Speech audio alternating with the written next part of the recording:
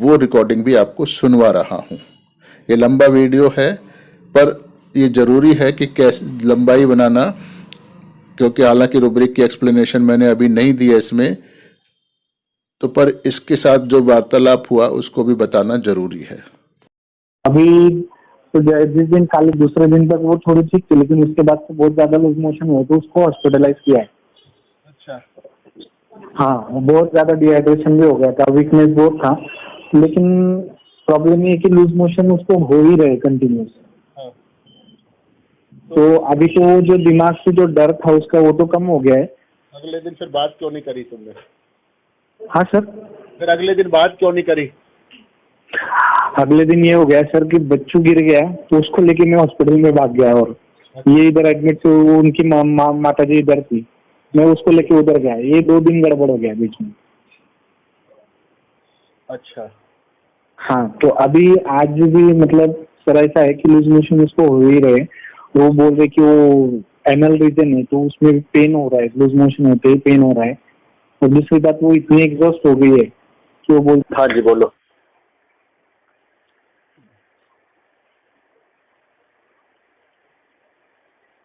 तकलीफ कैसे?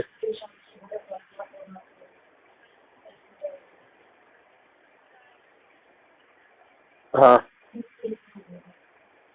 तो अभी तो तुमको क्या ही दिन हो गए? हाँ, नहीं दुख ही रहा है या कुछ टेंशन आ रही है तुम्हें इनको लेके? कोई टेंशन आ रही है इनको लेके, दस्तों को लेके, या कुछ और बात है?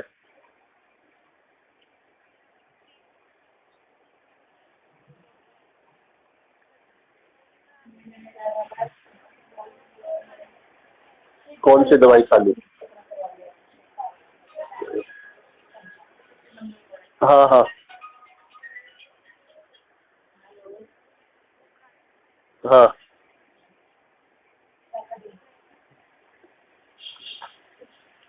लोमोटिन से थोड़ी रुकेंगे, उसमें स्मेल है क्या है? मतलब तुम्हारे दिमाग में जो डर आते रहते थे, बच्चे मैं मर जाऊंगी, ये हो जाएगा, बच्चों का क्या होगा, फलाना वगैरह, वो कैसे हैं?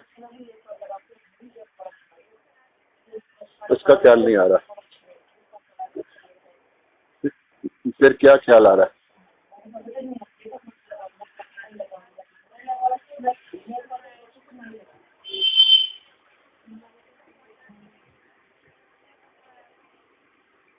ये क्या लग रहा है?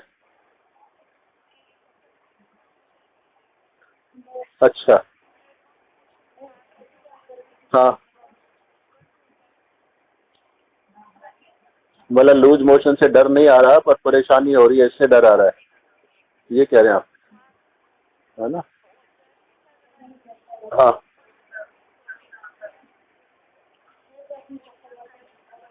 हाँ हाँ। मतलब उससे रुकना चाहिए का मतलब तुम्हें उससे चिंता है या सिर्फ तकलीफ हो रही है?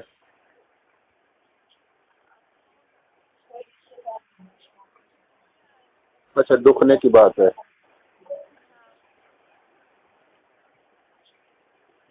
कितने घंटे में आ जाती है इसको? 1 घंटे 2 घंटे में आती है मोशन?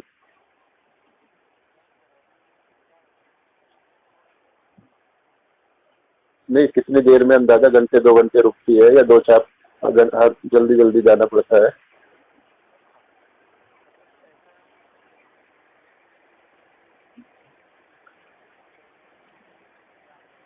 हाँ, डर आता है ना? हाँ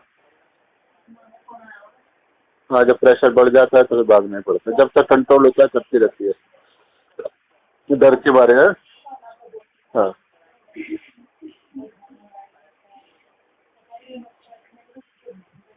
अच्छा, मतलब बिल्कुल ताकत नहीं होती?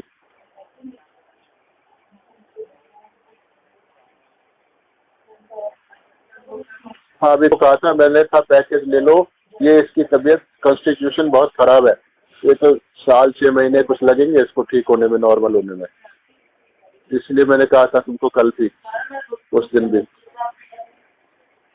हाँ हाँ, चलो भी कर लो ऐसे वैसे हम जा। हाँ चलो कर दो, कोई नहीं। हाँ कोई नहीं, चलो कर लो। नहीं 30 दे दो, बार बार दे दो ना, हर 5-5 मिनट के बाद 3-4 बार, 3-4 बार दो ना बस। और एक, हाँ और 1-8 घंटे बाद देख लेना, नहीं दोबारा दस्त आए, परेशानी उतनी हो, देख लेना, बस बात करते 10 बजे तक, 10 बजे तक कर लो, 10 बजे तक बात कर लेगी, नहीं तो फिर सुबह 9 से 10:30 के बीच में करेगी। यहाँ इस केस को सुनने के बाद जो काली कार की पिक्चर थी वो तो बिल्कुल बदल गई, क्योंकि बच्चे की चिंता इसको नहीं है, अब नींद अच्छी आ रही थी। तो जो ये रिलैप्स आया है उसके कारण इसकी जो मेंटेलिटी है वो बच्चे से हटकर पूरी तरह से अपने ऊपर आ गई है, और अब इसको बच्चे की चिंता नहीं है, बल्कि जो तकलीफ, जो पेन एनल रीजन में इसको हो रहा है, बहुत ही भयानक किस्म का डायरिया के बाद, तो ये अब सारा ध्यान उस पेन पर इसका चला गया है। तो अब जो प्रिस्क्राइबिंग सिम्टम हैं वो पेन को लेकर डिसाइड होंगे, यानी अब जो पेशेंट की मेंटल स्टेट है, स्टेट मानसिक अवस्था इस समय, उसके हिसाब से मेडिसिन का सिलेक्शन होगा। तो उसके हिसाब से रूब्रिक लेंगे और दवाई देंगे। ये नहीं कह सकते कि हम भाई एक मेडिसिन है, ये कॉन्स्टिट्यूशनल है तो अब यही काम करेगी, इसने नहीं किया तो वैसे। दुनिया भर के जो ये हमने फिजूल की बातें बना रखी हैं, इससे कुछ होता नहीं है, रिजल्ट आते नहीं है, होम्योपैथी खामखा में बदनाम होती है, मरीज परेशान होते रहते हैं और आखिर में भाग जाते हैं। तो फिर हम कहते हैं कि मरीज कोऑपरेट नहीं करता। तो ऐसा नहीं है कि हम कितने दिन के बाद दवाई बदलेंगे। तो ये 8 तारीख के बाद इसने 12 तारीख को दोबारा ये फ़ोन किया है। 9 को इसने अपना हालचाल बताया था और 9 के बाद फिर 12 तारीख को फिर इसने भी फ़ोन किया है। तो अप्रैल के बाद 12 अगस्त को लगभग, तो ये 3-4 महीने लगभग ठीक रही है ये। तो ऐसा नहीं कह सकते कि पहले हमने ये काली कार्ब दी थी तो उसी से सब कुछ ठीक हो जाना चाहिए था, अगर वो दवाई सही थी तो। ऐसा नहीं होता है। अगर मेडिसिन ने आपको वेलबींग की फीलिंग दी है, सिम्टम भी उसके हट गए हैं, डिजीज़ में भी कुछ प्रोग्रेस हो गई है, तो वो दवाई 100% ठीक ही है। तो एक मेडिसिन से केस नहीं निकलते हैं। ज़्यादातर क्रॉनिक केस जो हमारे पास आते हैं बहुत ही डिफ़िकल्ट होते हैं, तो उनमें लंबे इलाज की ज़रूरत होती ही है। कई साल तक लोग इलाज लेते हैं तब, लेकिन ये नहीं कि कई साल के बाद रिजल्ट आता है। रिजल्ट जल्दी आता है, तुरंत ही आ जाता है, 1-2 दिन, हफ्ते 10 दिन में आ जाता है, पर उसका इलाज चलता रहता है, रिकवरी होती रहती है हेल्थ की तरफ। तो अब जब दोबारा सिम्टम आए हैं, दोबारा पेशेंट की हेल्थ खराब हुई है, तो फिर हम इसको उस स्टेट के हिसाब से मेडिसिन देंगे।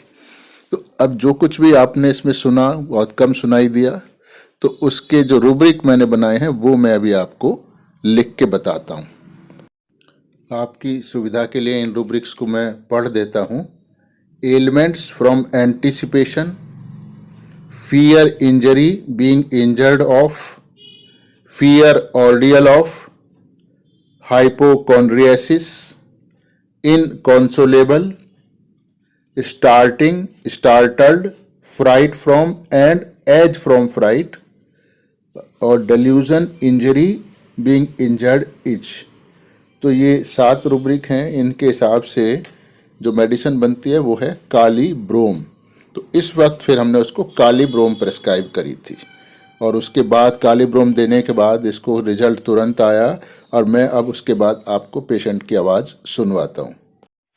हाँ सर, अब उनको 30 3 डोज, एक 9:20 से भी 9:30 पौने 10 बजे के बीच में। तो उसको अभी वो एनल रीजन का जो पेन था वो थोड़ा कम हो गया है। 1 मिनट।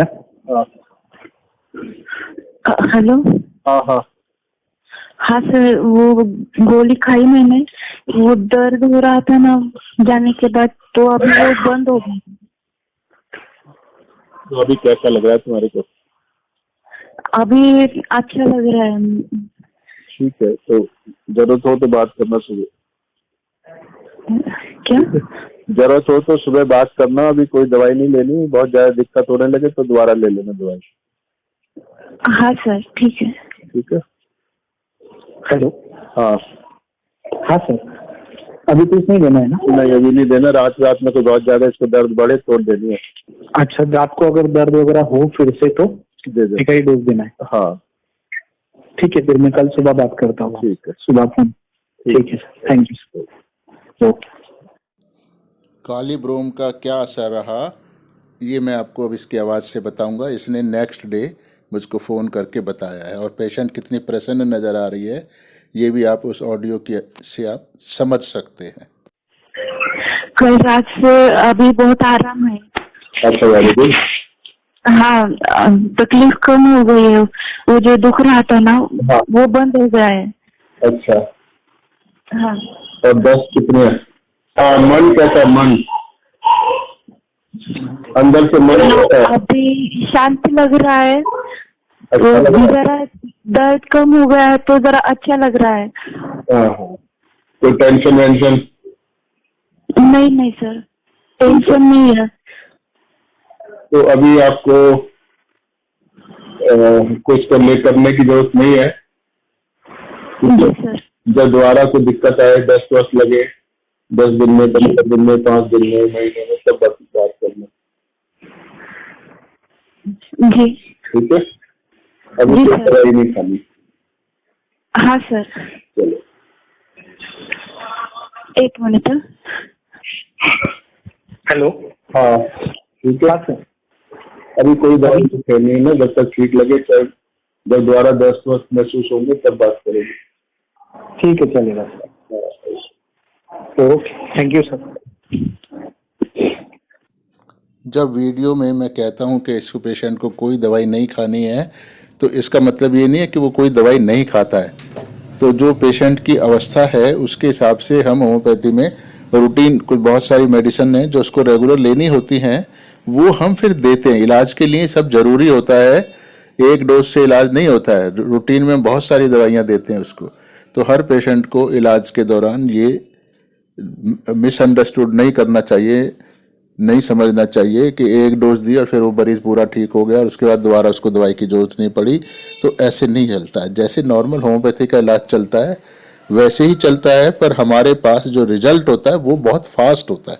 यानी हम पूरे इलाज के दौरान बिल्कुल श्योर होते हैं कि हमारा दिया हुआ प्रिस्क्रिप्शन, हमारी मेडिसिन बहुत अच्छा मरीज में काम कर रही है, और धीरे धीरे समय के अनुसार मरीज पूरी तरह से ठीक हो जाएगा। तो अभी मैं आपको इस केस के कुछ रूब्रिक जो मैंने लिए थे वो थोड़ा सा समझा देता हूँ। Element from anticipation. तो एलिमेंट कुछ मामूली सी डिस्टर्बेंसेस होती हैं जिनको हम बहुत बीमारियां नहीं कहते हैं, जैसे परेशानी सी है, मन शांत नहीं है, कुछ भी। तो एंटीसिपेशन होता है जब हम किसी चीज़ के बारे में कल्पना करने लगते हैं कि ऐसा हो जाएगा, वैसा हो जाएगा, तो उसको फिर उसके लिए फिर प्रिकॉशन लेने की ज़रूरत पड़ती है हमारे को। तो अब जब सोचती है कि अरे ऐसा हो जाएगा, वैसा हो जाएगा, मेरे को ऑपरेशन कराना पड़ेगा, मेरा बच्चा ऐसे हो जाएगा, मैं मर जाऊंगी फलाना, तो इससे इसका दिमाग शांत नहीं रहता। तो इसको कहते हैं एलिमेंट फ्रॉम एंटीसिपेशन। दूसरा एक उसमें रूब्रिक था, fear of being injured of. तो ये जब कहती है कि भाई औरतें जैसे होती हैं लापरवाह होती हैं, कुछ है तो उनको फिर वो इलाज कराना पड़ता है, कैंसर हो जाता है वगैरह वगैरह, तो ये इसको खतरा नज़र आता है। तो इसको कहते हैं fear of being injured. Fear of ordeals means, ordeals का होता है कि जब ये पीछे ऑडियो, ये वो क्लिप है जिसमें आपको समझ नहीं आ रहा था, तो वहाँ मैं अब आपको बता रहा हूँ कि पेशेंट ने मुझसे क्या कहा था। फियर ऑफ ऑर्डियल्स का मतलब होता है, ऑर्डियल्स माने बहुत भयंकर यातनाएं, जो बहुत ही कष्टकारी स्थिति होती है उसको हम उसको हम ऑर्डियल कहते हैं। जैसे कोई इंसान है, उसको लग्जरी कार में चलने की आदत है, अब उसको अगर मान लो पब्लिक ट्रांसपोर्ट में चलना पड़े जहाँ बैठने की जगह नहीं है, लोग खचाखच भरे हुए हैं या आती नहीं है समय पे, और उसको ऐसा अगर रोज़ करना पड़े तो वो जो अनुभव उसको आता है वो उसके लिए बड़ा कष्टकारी होता है। जबकि सामान्य जनता बिल्कुल आराम से उसमें रोज़ चली रही है, उसमें उतना ज़्यादा कष्ट उनके दिमाग पे नहीं आता है। तो ये जो ऑर्डियल है, ये कितनी तकलीफ़ मुझे हो रही है, ये आदमी की अपनी मानसिक अवस्था के ऊपर होता है। कोई बहुत सारी परेशानियां, एक मजदूर है जो सुबह से लेकर रात तक काम करता है, कितना बड़ा वजन उठा के एक मंजिल से पांचवी चौथी पांचवी मंजिल तक सारा दिन आता जाता रहता है, ढोता रहता है, पर उसको लगता नहीं कि उसका साथ कुछ बहुत बड़ा नाइंसाफ़ी हो रही है, कोई बहुत ऑर्डियल नहीं लगता उसको।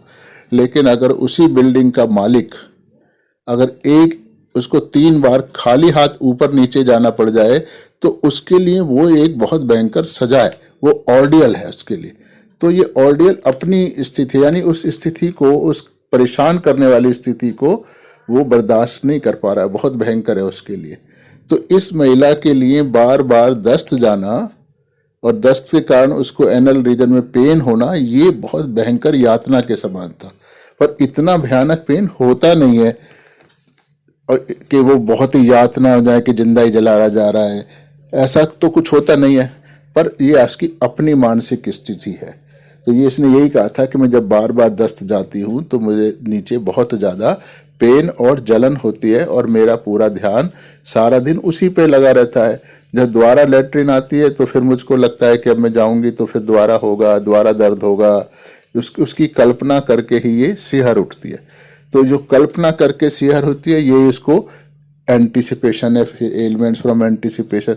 जो ये सिहरन और डर दिमाग में आता है तो ये एलिमेंट है एंटिसिपेशन। यानी ये सब रूब्रिक एक दूसरे से मिले जुले होते हैं, बहुत स्पेसिफिक नहीं है कि ये एक बिल्कुल आइसोलेटेड नहीं है कि जैसे 4 ऑब्जेक्ट चारों अलग अलग, ऐसा नहीं है। एक फीलिंग दूसरी फीलिंग के साथ मर्ज रहती है। हाइपोकॉन्ड्रियासिस एक रूब्रिक हमने लिया था। अब हाइपोकॉन्ड्रियासिस जो रूब्रिक है उसका मतलब होता है कि इंसान अपने आप को बहुत ज़्यादा बीमार समझ रहा है। इतना बीमार वो है, जबकि इतना बीमार वो है नहीं। तो अगर वो इतना बीमार होता तो जैसे ये एक मानसिक अवस्था है कि मैं बीमार हूँ, लेकिन मतलब ये खराब है, वो खराब है, हर वक्त एक हेल्थ की चिंता लगे रहना बहुत ही ज़्यादा, इसको कहते हैं हाइपोकॉन्ड्रियासिस। अब ये महिला है, इसको सिर्फ दस्त हो जाते हैं बीच बीच में और थोड़ी बहुत मेंसेस की समस्या होती है या और भी कोई इसको समस्या आती है तो ये एकदम ऐसे हो जाती है कि पता नहीं ये कितना बीमार है, इसका शरीर का कोई अंग है नहीं। मतलब मामूली सी हेल्थ को प्रॉब्लम को लेके ये बहुत ज़्यादा दुखी और परेशान हो जाती है। तो इसको कहते हैं हाइपोकॉन्ड्रियासिस के आदमी खुद को हमेशा ही बीमार बीमार बीमार समझता रहता है, यानी बीमारी उसके सर पे हावी रहती है। एक और रूब्रिक मैंने लिया था इसका, इनकॉन्सोलेबल। इसका मतलब होता है कि जो उसके मन में पीड़ा है, परेशानी है, दुख है, ग्रीफ है, उसको शांत नहीं किया जा सकता। तो आप जैसे मान लो कोई इंसान है, पीड़ा है उसको, तो उसको आप कहते हो भाई ठीक हो जाएगा, इलाज कराएंगे, अभी तो और बहुत सारे लोग हैं उनको कितनी खराबियाँ होती हैं, तेरे को तो उतनी खराबी है भी नहीं। तो उन लोगों की दुख देख के इसका अपना दुख थोड़ा सा कम हो जाता है, इसके मन को कुछ राहत मिल जाती है। तो उसको कहते हैं भी कंसोल कर दिया गया, यानी वो कंसोलेबल है, जिसके मन को राहत पहुंचाई जा सकती है कुछ करके। परंतु ये जो इनकॉन्सेबल वाला बंदा होता है, आप इसके लिए कुछ भी करो, कुछ भी इससे कहो, ये फिर इसको लगता ही नहीं, इसके जैसे उसके दिमाग पे उसका कुछ असर होता ही नहीं है। तो ये अपनी उसी दुख के अंदर घुसा रहता है। तो हाइपोकॉन्ड्रियासिस वालों के साथ ये बड़ी कॉमन प्रॉब्लम होती है, क्योंकि वो हर चीज़ में सिर्फ दुख देखते हैं। अपनी हेल्थ खराब है तो उसको लगता है कि मेरे से ज़्यादा भयानक बीमार दुनिया में कोई है ही नहीं, मेरे अंदर ये भी बीमारी है, वो भी बीमारी है, उसके लिए कि दुखी होते रहते हैं। तो जब दुखी होते रहते हैं तो आप कुछ भी करो तो वो तो ठीक होने वाला नहीं है, उनके मन को तो शांति मिलने वाली नहीं है। तो इस महिला को भी मैं ये बार बार समझा रहा था, भाई ये मेरी दवाई है, ठीक हो जाएंगे, हमारी दवाई से सब लोग ठीक होते ही हैं, पहले भी तुम ठीक हुए हो। क्योंकि इसने 5 साल पहले भी मेरे से एक बार इलाज लिया था, जब इसके गर्दन में एक कोई ट्यूमर टाइप गांठ जिसे कहते हैं ये निकल आई थी, तो उस टाइम मैंने सोयरानम से इसको ठीक किया था। तो ये 5 साल से ठीक चल रही थी। उसके बावजूद भी और इसको मालूम भी है कि मैं कितने लोगों को बहुत आसानी से ठीक कर लेता हूँ, कितने भयानक भयानक केस मेरे ट्रीटमेंट में आके ठीक हुए हैं, पर फिर भी मेरे किसी बात से भी इसका मन को शांति नहीं मिल रही है, यानी कंसोल नहीं कर पा रहा हूं मैं, तो इसको कहते हैं इनकंसोलेबल। आप कुछ भी करो, ये दुखी है तो दुखी ही रहेगा, शांत नहीं हो सकता। एक और रूब्रिक हमने लिया था, starting, startled, fright from and as from fright. इसका मतलब यह है कि जैसे आदमी डर जाता है, दहशत कर जाता है, इस तरह से एकदम चौकन्ना हो जाता है, चौंक जाता है। जैसे कि आप शांति से बैठे हैं, एकदम कहीं धमाका हुआ तो आप एकदम एक चौंक जाते हैं, स्टार्टल्ड हो जाते हैं। तो इसका मतलब स्टार्टल्ड का मतलब कि आपकी एक्शन शुरू हो जाती है। तो अब ये कब एक्शन शुरू होती है, ये ऐसी सतर्क कब होती है, ऐसी घबराहट सी इसको कब होती है, जबकि कोई जैसे बहुत बड़ा डर इसको लग जाता है। डर किस चीज का होता है कि अरे फिर लैट्रिन जाना पड़ेगा, अरे फिर ऑपरेशन कराना पड़ेगा, फिर मेरे को ब्लड चढ़ाना पड़ सकता है, फिर ब्लीडिंग ज़्यादा हो जाएगी। तो ऐसा ख्याल आते ही जो डरा देता है इसको, तो फिर ये एकदम इसके सारे हाथ पैर कांप जाते हैं और अंदर तो लगता है कि अरे ये क्या हो गया। तो तुरंत फिर इसको इलाज की बात करती है। तो जैसा इसका पति बोल ही रहा था कि ये चिड़चिड़ चिड़चिड़ चिड़चिड़ करती रहती है, तो चिड़चिड़ किस इरिटेबल नहीं हो रही होती। वो चिड़चिड़ करने का मतलब है कि उसको ये लगता है कि मैं बीमार हूँ और आप मेरी केयर करो और मुझे ठीक करो। पर वो कितनी भी केयर करो, क्योंकि इसके मन से निकलता नहीं मैं बीमार हूँ, मैं स्वस्थ हूँ, ये कभी आता ही नहीं है दिमाग में, हमेशा बीमारी की बात ही आती है। तो इसलिए इनकॉन्सेबल भी रहती है, इसलिए डर भी रहता है, हाइपोकॉन्ड्रिया भी रहती है, एंटीसिपेशन भी करती रहती है। तो सारे रूब्रिक एक दो सेंटेंस की बातों से ही पता लग जाते हैं कि ये क्या है, और इसलिए आसानी से प्रिस्क्रिप्शन बन जाता है। एक और रूब्रिक लिया था हमने, delusion, injury, being injured is. इसका मतलब होता है कि इस वक्त वर्तमान में जो अवस्था है उसकी, वो ठीक नहीं है, उसमें कुछ खराबी है, उसको कुछ नुकसान हो रहा है, उसकी नॉर्मल हेल्थ नहीं है या नॉर्मल स्टेट में वो नहीं रह रहा है, वो एक नुकसानदायक खराबी वाली स्थिति में है। तो इसको साथ क्या थी ऐसी खराबी वाली स्थिति कि एक तो बीमार है, दस्त लग जाते हैं, ब्लीडिंग ज़्यादा हो जाती है, बच्चे की केयर नहीं है, जैसे इसको कुछ भी अच्छा नहीं लग रहा है, यानी जीवन में सब कुछ खराब खराब खराब ही है, कुछ भी परफेक्ट नॉर्मल नहीं है। तो इंजरी क्या होती है, जैसे आपको चोट लगी, ब्लेड कट गया, हाथ कट गया, यानी स्किन में ब्रीच आ गया, एक जख्म टाइप बन गया, तो उसको हम इंजर्ड कहते हैं। लेकिन अगर वही डंडे से चोट लगती है तो फिर हम इंजरी नहीं कहते, फिर हम उसको हर्ट कहते हैं। तो वहाँ ऐसा सब टुकड़े टुकड़े नहीं हुआ, कोई कंटिन्यूटी ब्रेक नहीं हुई है। तो यहाँ इसकी कंटिन्यूटी ब्रेक हुई है। जो उसकी एब्सोल्यूट हेल्थ थी, जो परफेक्ट हेल्थ होना चाहिए इसके हिसाब से, उसमें अब एक दरार जैसी आई हुई है। यानी जैसे अब दस्त ना हो तो पूरी तरह से हेल्दी है ये, ब्लीडिंग ना हो तो पूरी तरह से हेल्दी है ये, तो अब वो परफेक्ट पूरी हेल्थ इसकी नहीं है।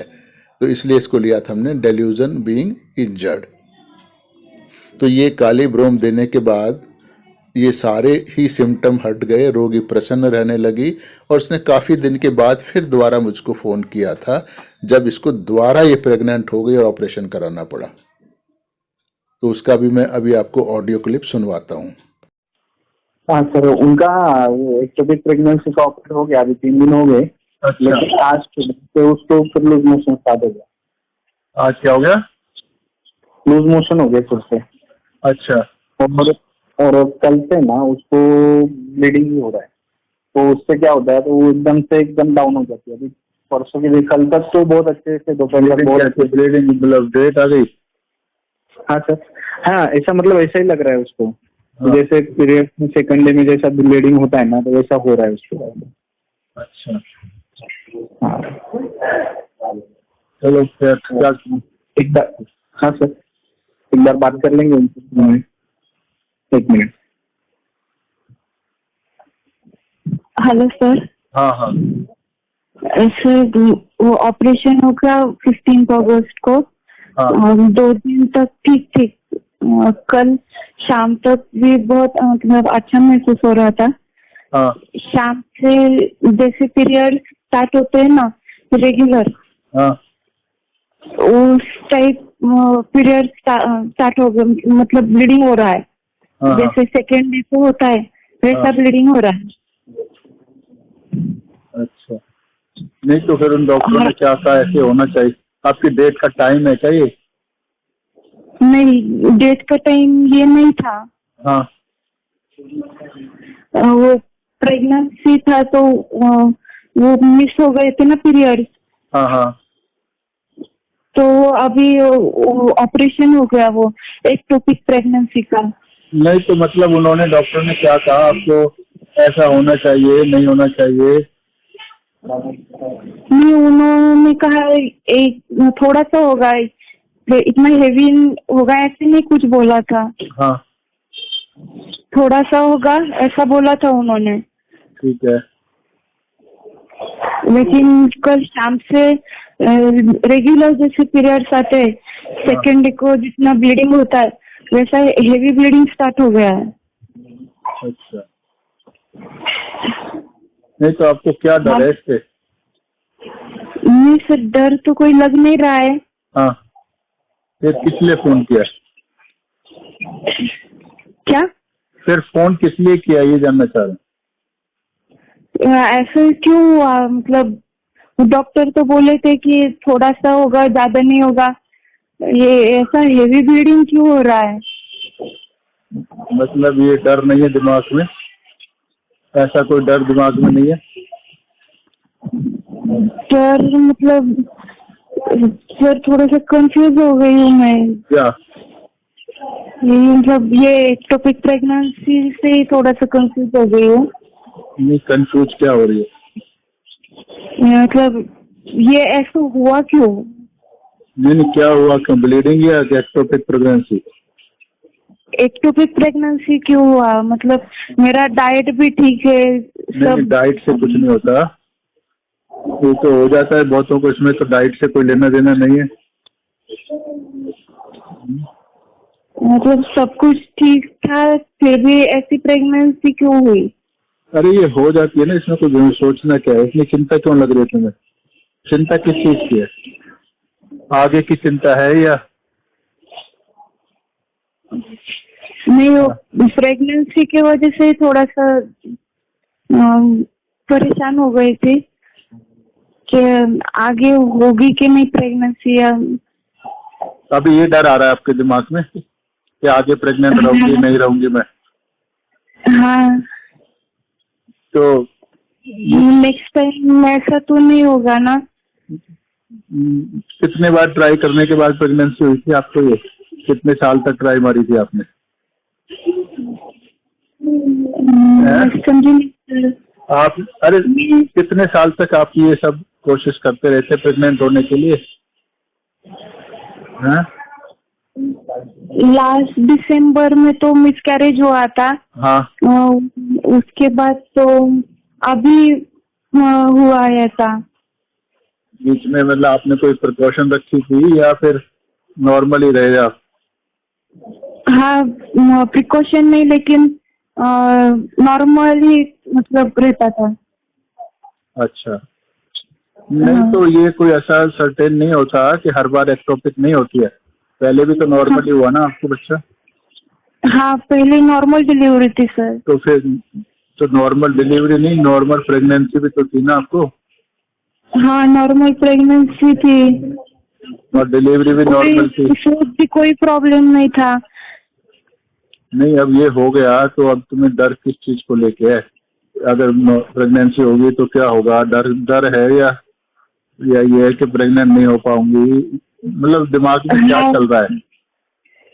वही के ये एक्टोपिक प्रेगनेंसी दोबारा तो नहीं होगी ना? वो डॉक्टर ने कहा कि वो ट्यूब भी निकाल दिए एक साइड की, तो कोई प्रॉब्लम तो नहीं है ना वो? अच्छा, ट्यूब निकाल दिए तो अब एक तो यह है कि आपके प्रेगनेंसी के चांसेस आधे रह गए हैं। हाँ ठीक है। हाँ, वो जो डॉक्टर थे ना जिन्होंने ऑपरेशन किया, हाँ, उन्होंने कहा कि और एक साइड वो ट्यूब निकालनी पड़ेगी, उसका कोई ऑप्शन ही नहीं है। हाँ, नहीं ऑप्शन नहीं है। हाँ हाँ, और एक साइड की ट्यूब अच्छी है, नॉर्मल है। हाँ नेक्स्ट टाइम प्रेगनेंसी रही तो आपको सीजर की कोशिश ही करनी पड़ेगी। नॉर्मल डिलीवरी के बारे में आप सोच ही नहीं सकते, ऐसा बोल रहे हैं वो। तो फिर आपको क्या डर आ रहा है दिमाग में? वो सीजर से थोड़ा सा डर लग रहा है मुझे। नहीं, क्यों, क्या होगा उससे, सीजेरियन से? वो काटते हैं ना तो थोड़ा सा डर लगता है, वो थोड़ा मतलब मुझे नॉर्मल डिलीवरी चाहिए, तो ऐसे कोई प्रॉब्लम नहीं चाहिए मुझे नेक्स्ट प्रेगनेंसी में। अभी मतलब दिमाग में यही ख्याल आ रहा है कि ये प्रेगनेंसी एक्टोपिक हो गई, नेक्स्ट टाइम तो ऐसे नहीं होगा ना, और रही तो फिर नॉर्मल डिलीवरी होगी या फिर जबरदस्ती पेट काट के करना पड़ेगा डिलीवरी, उससे थोड़ा सा डर लग रहा है मुझे अभी। मतलब उससे पेन का डर लग रहा है? हाँ, अभी बहुत सारे मेरी सहेलियों का भी देखा है ना सिजेरियन। हाँ। तो वो बताती है ना कि सिजेरियन बहुत पेन होता है, तो उसके वजह से दिमाग में थोड़ा सा डर बैठा है। मुझे सिजेरियन नहीं चाहिए। ठीक है, चलो अभी उसको दोस्त नहीं, क्या? अभी आप की एक और डोज खा लो। जी सर। ठीक है, एक मिनट मैं उनको देती हूँ। हाँ हेलो। हाँ हाँ, अभी इसको यार माइंड सेट नहीं है इसका, डोज और दे दे। पहले 30 दी थी तुमने, 200 दी थी? 30 दिया था सर। तो अभी 30 दे दो, 2-4 दिन बाद अगर डर नहीं निकले दिमाग से तो 200 दे दो। ठीक है सर, सुनिए ना, तो ये बीच बीच में जो छोटी छोटी प्रॉब्लम हो रही है उसको भी फिर से लूज मोशन हो गया, अभी ब्लीडिंग हो रहा है, ये सब उसके है ना, इसको सालों इलाज चलेगा तब जाके ठीक होगा, ये सब गड़बड़ है। तभी तो फर्स्ट डे तो समझाया था। हाँ हाँ ये तो होते रहेंगे, इसको तो ऐसे अचानक मेडिसिन ठीक है हमारी, पर वो कंस्टिट्यूशन टोटल रिवर्ट होने में तो सालों लगेंगे। हाँ हाँ हाँ फर्स्ट डे समझाया तो था। हाँ ना, हाँ, तो इसलिए टेंशन मत। ठीक है चलेगा। जो भी लूज मोशन हुए हैं, जो भी लूज मोशन हुए हैं, तो पहले जितनी नाते घबरा रही है। हाँ हाँ हैं? पहले जैसा उसको लूज मोशन का तक परेशानी नहीं, मतलब दिमाग में नहीं आ रहा है। नहीं आ रहा अभी तो ऐसे तो ठीक होता है। हाँ हाँ क्योर के लक्षण होते हैं ना। हाँ हाँ और उतना अभी ज्यादा तो हुए भी नहीं होंगे ना। नहीं नहीं, मतलब अभी खाना तो कल से स्टार्ट किया है, तो अभी आज हो गया। थोड़ा वो ब्लीडिंग की वजह से वो थोड़ा मतलब ऐसा डाउन हो जाती है, और ये लूज मोशन हो गया तो उसमें और डाउन हो गई, तो दिमाग में थोड़ा गड़बड़ है ना, बहुत सारा कंस्टिट्यूशन खराब है, धीरे धीरे ठीक हो जाए, टेंशन नहीं। ठीक है सर, कुछ रहेगा तो मैं कॉल करता हूँ, अभी वो दे देता हूँ। हाँ, ठीक है, थैंक यू सर। ओके। तो अभी मैंने इसको काली, जैसे पहले काली ब्रोम 30 दी थी, क्योंकि अभी ये सब उससे काफ़ी ठीक रही है और अभी इसका मानसिक स्टेट भी बदली है, पर काली कार वाली स्टेट तो बिल्कुल नहीं है। जो बच्चों की चिंता होती थी वो वाली बिल्कुल नहीं है। तो अभी चिंता सिर्फ एक ही है इसको, एक तो ये अपने आप को अभी भी बीमार समझ रही है। दूसरा इसको है कि अगर एक्टोपिक प्रेगनेंसी रही, यानी उसके लिए एंटीसिपेशन कर रही है, तो उससे परेशान हो रही है। तो फियर एंटीसिपेशन भी है, एलिमेंट्स फ्रॉम एंटीसिपेशन भी है इसको। और उसके बाद अगर एक्टोपिक प्रेगनेंसी रही तो फिर वो पेट वेट काटना पड़ता है, तो ये फियर इंजर्ड और फियर ऑफ बीइंग इंजर्ड भी रहा इसको। और उस काटने से जो पेन होता है उससे भी सोच के ये घबरा रही है, तो फियर ऑर्डियल ऑफ भी रहा। ये सारे सिम्टम इसको अभी कुछ मौजूद हैं, पर पहले से माइल्डर डिग्री में हैं। तो ये प्रोग्रेस इसकी हो रही है, रिकवरी हो रही है, धीरे धीरे ये हेल्दी होती चली जा रही है। अब दस्त आते हैं तो दस्त की चिंता इसको बिल्कुल नहीं है, बच्चे की नहीं है, जनरल वेलबींग है। और अभी आवाज़ में वो डर और दहशत नहीं है। तो ये ऐसे हम लोग जज करते हैं मरीज़ के प्रोग्रेस का। तो ये तब होता है जब वाइटल हार्मोनी रीस्टोर हो जाती है, उसका एक हिस्सा रिपेयर हुआ है, टोटल नहीं हुआ है। तो टोटल के लिए अभी जो कालीब्रोम की हमने पोटेंसी बढ़वाई है इसके पति को कह के, तो ये उससे और रिकवर हो जाएगी। फिर जो भी नई अवस्था आएगी, चाहे वो कालीब्रोम की आए या किसी और दवाई की आए, तो फिर हम वो दवाई देंगे तो उससे और आगे रिकवरी हो जाएगी। तो इस तरह समय के अनुसार पेशेंट पहले से और ज़्यादा हेल्दी और ज़्यादा हेल्दी और ज़्यादा हेल्दी, ऐसे वो धीरे धीरे चलता रहता है। तो ये नहीं सोचना चाहिए कि एक प्रिस्क्रिप्शन दिया और मरीज का परफेक्ट हेल्थ उसको रिस्टोर हो जाएगी। ऐसा कभी नहीं होता है, दुनिया की किसी पैथी में नहीं होता है, क्योंकि हमारी जो होम्योपैथी है ये एक नेचुरल साइंस ऑफ हीलिंग है। तो कुदरत जो काम नहीं कराती है वो होम्योपैथी नहीं करा सकती है। ये इससे आप खुद समझ लो कि क्या इलाज होम्योपैथी में हो सकता है और क्या नहीं हो सकता है। तो कुदरत ऑल ऑफ सडन आपको हेल्दी नहीं बनाती है। कुदरत में हमेशा रिकवरी समय के हिसाब से चलती है। जैसे मान लो आपको बुखार आया तो ये नहीं है कि अभी बुखार था 1 सेकंड के बाद बुखार नहीं है, या अभी फोड़ा हो गया तो 1 सेकंड के बाद फोड़ा नहीं है, या आपको कोई कट गया तो 1 सेकंड के बाद जख्म भर गया, या आपको यहाँ तक कि जो नॉर्मल क्रियाएं हैं, अगर टॉयलेट जाना है तो वो भी नहीं कि सारा मोशन 1 सेकंड में ही निकल गया, तो उसके लिए भी धीरे धीरे आपको बैठना पड़ता है। जब प्रेगनेंसी होती है बच्चा धीरे धीरे डेवलप होता है, जब डिलीवरी हो रही है तो उसमें सारी एक्शन धीरे धीरे मैच्योर होकर अंत में डिलीवरी हो जाती है, फिर उसकी वापस नॉर्मल बॉडी भी धीरे धीरे आती है। तो ये सब काम के लिए अपना टाइम फ्रेम नेचर का होता है। तो इसीलिए जब हम दवाई देते हैं तो ये दवाई का असर तुरंत आता है, तुरंत पता लग जाता है, जो मैं अपने सारे वीडियोज में बताता रहता हूँ। पर रिकवरी तुरंत नहीं होती है, वो धीरे धीरे जैसा भी समय ने, कुदरत ने उस रिकवरी का समय उस पेशेंट के लिए एक नेचुरल लॉ के हिसाब से बनाया हुआ है। उस पेशेंट का मतलब है कि उस किस्म की चीज़ों को सही होने के लिए, जैसे बता रहा था कि अगर फोड़ा है तो कुछ समय लेगा, 2 दिन, 10 दिन, 5 दिन, 15 दिन, एक उसका निश्चित समय होता है, एक अप्रोक्सीमेट टाइम होता है कि इतने समय में लगभग फोड़ा सही होता है, इतने समय में लगभग जख्म सही होता है, इतने समय में जल जाए कोई तो जलने का जख्म इतने दिन में बढ़ता है। तो ये एक टेंटेटिव पीरियड्स होते हैं नेचर के हिसाब से। फिर वो डिपेंड बहुत सारी बातों पे करता है कि उसकी ऑलरेडी हेल्थ कितनी खराब है। अगर बहुत ही बीमार आदमी जलेगा तो उसकी रिकवरी उतनी स्लो होगी या नहीं होगी। अगर एक हेल्दी आदमी जलता है उतने ही परसेंट, तो उसकी रिकवरी बहुत फास्ट होगी।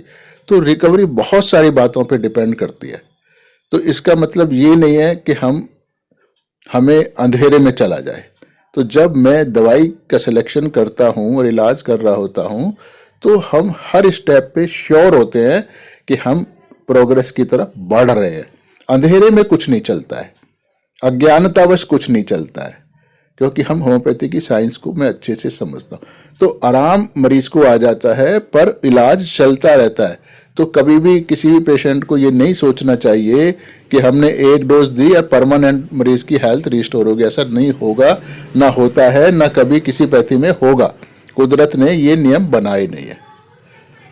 तो बाकी लंबा वीडियो हो गया है, पर इससे छोटा मैं बना नहीं सकता, क्योंकि ये जितनी भी ज़रूरी बातें हैं उनको भी मैंने बहुत ही शॉर्ट में बताया है। तो आगे भी मैं कोशिश करूँगा इस किस्म के ऑडियो के साथ आपको वीडियो दिए जाए, जिससे आप समझ सको, जैसे कि आपको क्लिनिक में ट्रेनिंग दी जा रही है। तो ये क्लिनिकल ट्रेनिंग है, क्योंकि बहुत सारे होम्योपैथिक डॉक्टर मुझको फ़ोन करते हैं कि हम आपसे सीखना चाहते हैं, आपके क्लिनिक में आना चाहते हैं, तो वो मेरे लिए संभव होता नहीं है। तो उन्हीं का ध्यान में रखते हुए मैंने ये क्लिप्स के द्वारा बनाने की कोशिश की है, क्योंकि हम वीडियो नहीं डाल सकते पेशेंट की प्राइवेसी के कारण।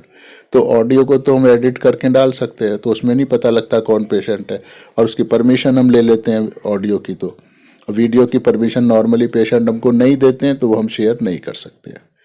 तो प्राइवेसी बनाए रखना ज़रूरी होता है। तो मैं समझता हूँ, बल्कि मुझे मालूम है कि ये वीडियो से आपको फ़ायदा होगा। बहुत सारे लोग हैं जो इन वीडियो से मेरे फ़ायदा उठा रहे हैं, पर उसमें कुछ इतने मक्कार लोग होते हैं, कुछ की बात कर रहा हूँ, सब नहीं होते हैं, तो वो वीडियो देखने के बाद अपने मरीज सही कर रहे होते हैं, पर फिर भी कमेंट बॉक्स में मुझको उल्टे सीधे कमेंट लिख रहे होते हैं। तो ये एक एहसान फरामोशी है, बीमार मानसिकता है, और ऐसे लोग की जिंदगी में अगर आप अंदर जाओगे तो आप देखोगे कि हजारों किस्म की प्रॉब्लम्स उनके अंदर है।